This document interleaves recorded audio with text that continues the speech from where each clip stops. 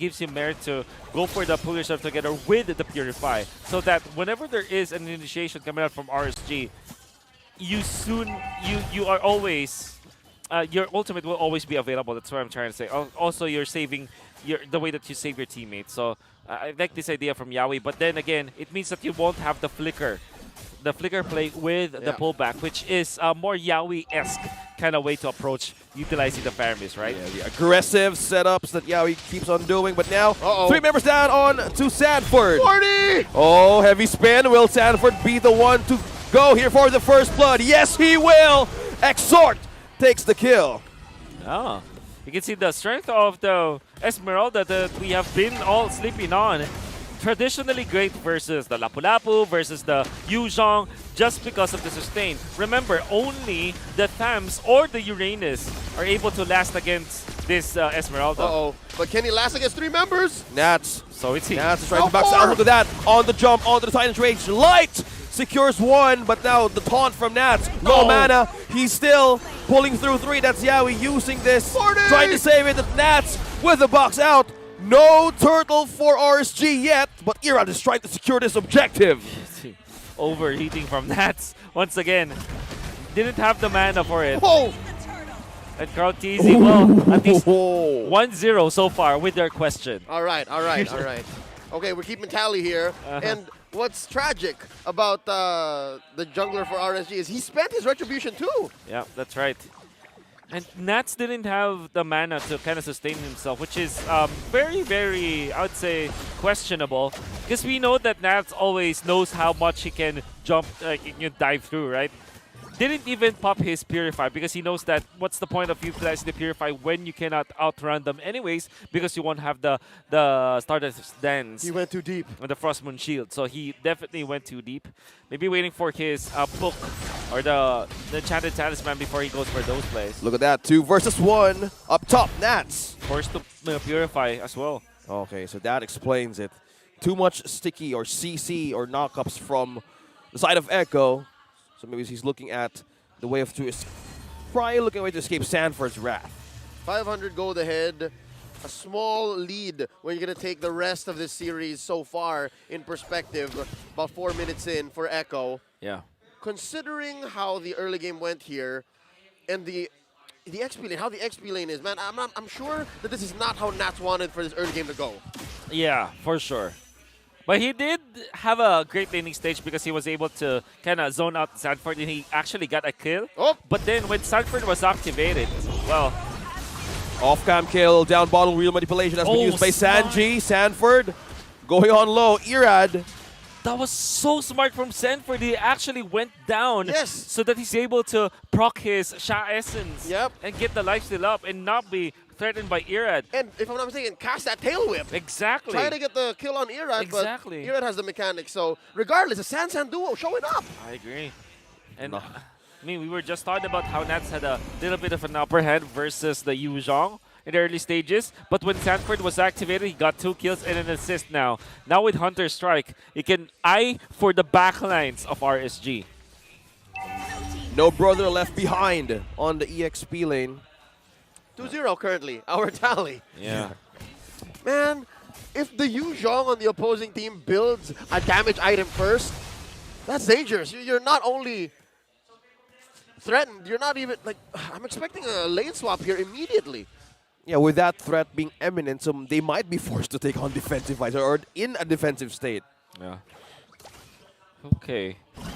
So I'm thinking about RSG's way out of this. I mean, 1,000 gold lead at 5 minutes, manageable, but definitely you have to be, it is something that you have to be aware of. Like, surely it isn't that big, but at the same time you have to be scared about it. So what is the way out for RSG? I think that turtle number 3, which is spawning into the top lane, since you have your Melissa anyways around the vicinity, activate him.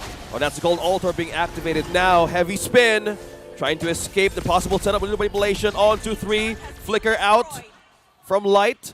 But from that move, Echo takes and secures 1 turret up top from RSG. Oh, Light misses that jump, but now he's on low. Oh, no. Dropping down HP. Will RSG take this defense? But now Benekid on the Blazing Duet. On to 2, on to 3. Here comes the Black Dragon from Sanford. On the sticker now, dropping down. Emon goes down in the hands of Sanford. Now they're going on prying on Nats. Will he escape? He's still sustaining the game. And 2 men down for RSG, 1 for Echo.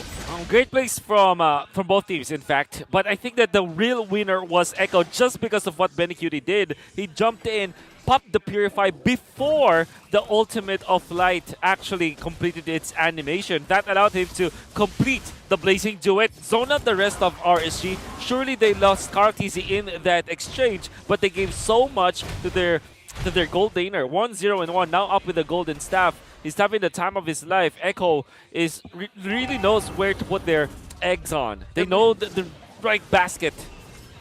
And because of that, he was still moving under gunfire. Yep. There was a lot left. I mean, Light was the one to drop first, That's but right. because of their peel going down immediately, RSG couldn't respond. Yeah, they took out KarlTzy along the way, but that was a losing battle.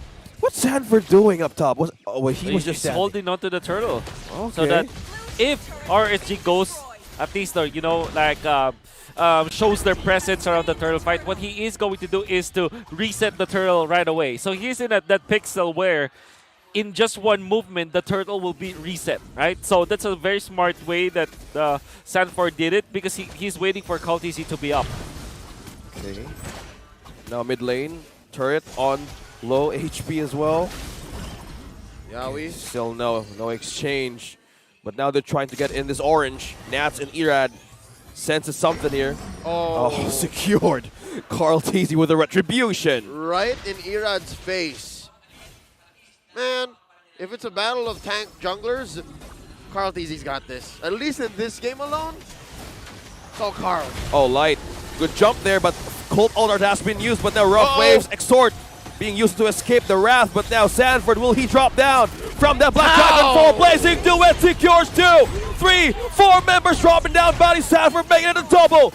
And Echo is now on a roll and taking down the second tier turret, and Nats is the only one left for RSG. That is a picture-perfect engagement in mid. Oh my God, you can't even write that, right? That's that is such a that is such a great play coming out from Echo overall. The way that they planned it, it might not even be planned. Maybe they're just, you know, running on all instincts all together, jumping in at the right moment, pixel perfect and second perfect when it comes to like their executions and layering their spells.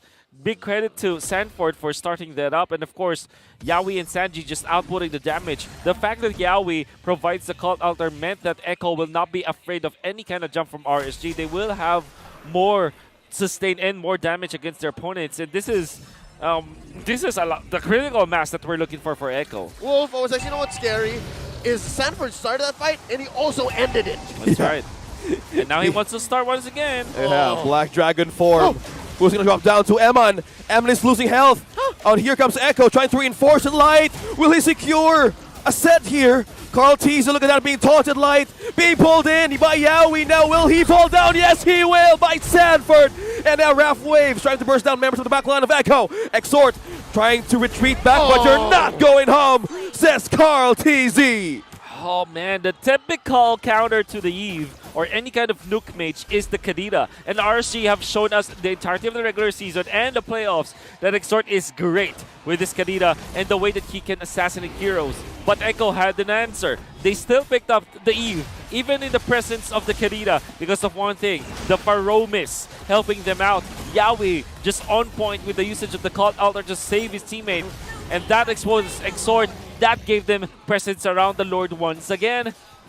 And this means that Echo is going to be inflating their lead over RSG. Yep, it's a clean take on the first Lord of this game. 7K ahead, 10 minutes, 30 seconds in. Interesting to say that because, yeah, the Faramis not only saved Sanji's Eve, but also it denied that amazing angle that Exhort found. Mechanically, yes, pound for pound, Exhort is possibly the best Kadita in the world. Yes. But he found that angle. That's an impossible angle almost to find when you're losing, right? Yeah. And he still didn't get the kill. Red team turret has been destroyed. Faramis Yowie is not so bad. Not so bad at all. I like it. I'm here for it. Okay. And the thing, it's not even Flicker. It's No. Purify. Yeah. Purify, but he... Purify. Well, that's the idea, right? He's not... maybe he's thinking, oh, I don't need my Purify at all. surely it's great, but man, if he had the flicker, it would have even more impact. Just because of the fact that RC is not finding an opening. Oh, Irad, he's now forced back to get his HP Sword. back. Exort, Look at that. rough waves. Will he make it through the burst to defender base? Now the pace of RSG dropping down their defenses. Cutie blazing to it, and they make out the defense down from RSG, and Echo secures the win, and they're on match point. The Orcas are just one game away. One game away from their second international tournament this year.